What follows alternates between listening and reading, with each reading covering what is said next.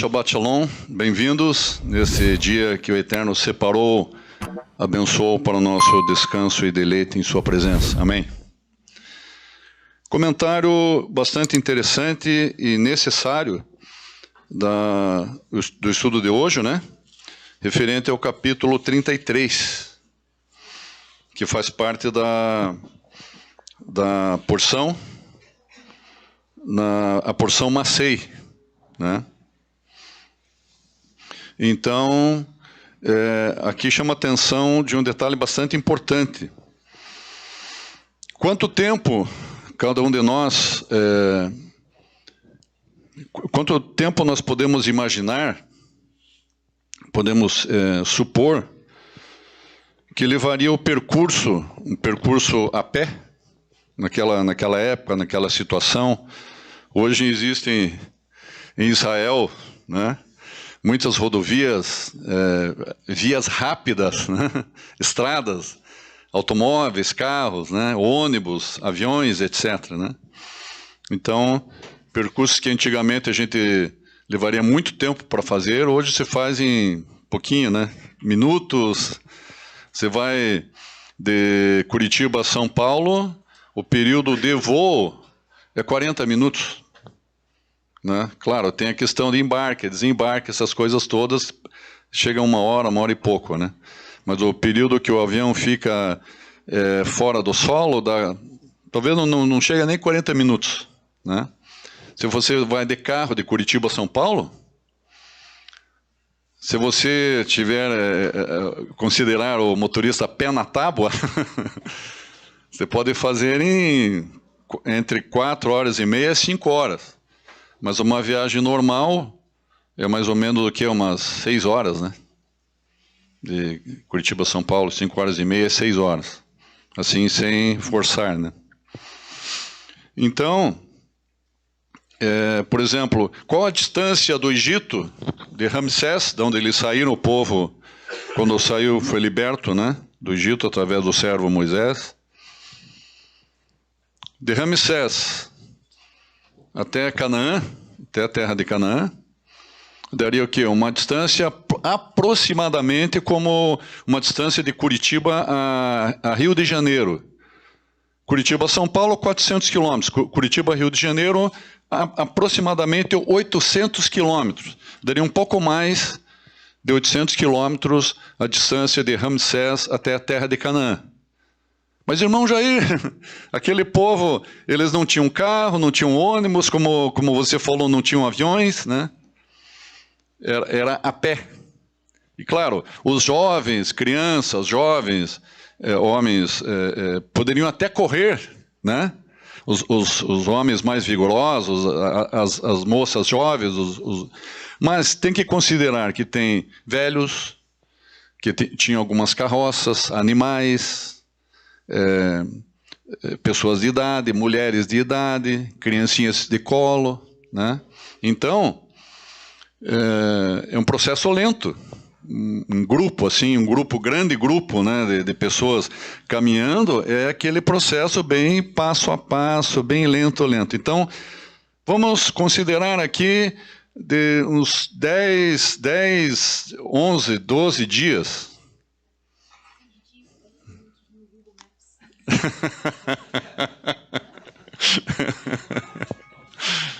Tá certo.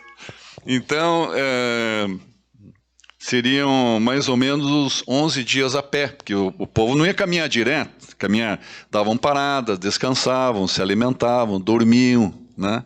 Mesmo uma viagem de carro, por exemplo, quem viaja um pouco mais longe de carro, vai parar. Uma viagem que tem, às vezes, 2.000 quilômetros, 1.000 quilômetros, vai ter que parar, se alimentar, comer, dormir, etc. Então, vamos considerar aí em torno de uns 12 dias, todo esse povo para chegar nessa distância ali. 12 dias. Muito bem. Irmãos, esses 12 dias foram transformados em 40 anos. Mas, irmão Jair, qual a razão disso 11 dias para 40 anos. Qual a razão disso? Não seria muito mais prático eles saírem do Egito e irem direto para Canaã? Sim, prático, não só prático como objetivo, né? Mas por causa do pecado, da dureza do coração, então... Mas aonde está isso na Bíblia, Roxa? Qual a razão, né? Então, considerando que também é um tema muito interessante e forte, quando for abordada aqui a porção, não tem como não falar disso, irmão. Não tem como não falar disso aqui. Falar o quê, Roxa? Nós vamos falar disso aqui também. Preste atenção. Preste atenção. Palavras de Jeremias. Enganoso é o coração, mais do que todas as coisas é perverso. Quem o conhecerá? Então, às vezes, nós colocamos culpa, irmãos. Foi fulano, foi ciclano, foi o demônio tal, foi outro demônio, o demônio não sei o quê, é Satanás tal. Claro, Satanás também ele tira partido das nossas brechas, dos pecados do homem. Ele tira partido, ele só age nas nossas brechas. Se não há brecha, ele não tem como agir, Satanás. Tá? Porém, tem uma brecha em nós. Uma brecha que é o nosso próprio coração. Está escrito aqui, ó, enganoso é o coração mais do que todas as coisas, e perverso... quer dizer, enganoso e perverso, mais do que todas as coisas, quem o conhecerá? Palavras de Jeremias, né? Então, nós vemos que houve essa falha muito, muito grande do coração dos homens, quando o Eterno acabou permitindo que o povo, por desejo do próprio povo, enviar espias para sondar a terra, sendo que não era necessário sondar nada, porque o Eterno tinha prometido a terra para o povo, eles não tinham que sondar nada. É a mesma coisa que você ganha um presente, você chega no dia antes do teu aniversário, você vai ligar para cada pessoa que foi convidada para ir no teu aniversário, você vai perguntar para cada pessoa o que presente que ela vai te dar.